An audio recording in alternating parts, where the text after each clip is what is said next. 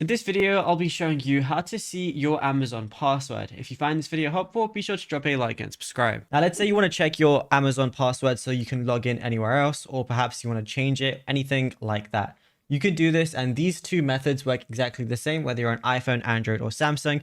So I'll show the iPhone method first. What you want to do is go ahead and swipe down, type in passwords, and you're going to see the passwords application right here, but you got to make sure you're on at least iOS 18 to see this. Then just open it up. It's going to ask for your facial verification. And then all you're going to do is go to all and then type in Amazon, or it's going to be towards the top since it starts with A anyway. And then what you want to do is just, view your password from there. It's going to be super simple. So if I went on all, I'm going to see Amazon as one of the options. And then I can just go ahead and click on it like so. However, if that doesn't work for you, now this works for any device you're using, whether it's Android or Samsung as well. So just go to your browser of choice and then just type in password manager like so, and then you're going to see Google Password Manager as one of the options where it says passwords.google.com.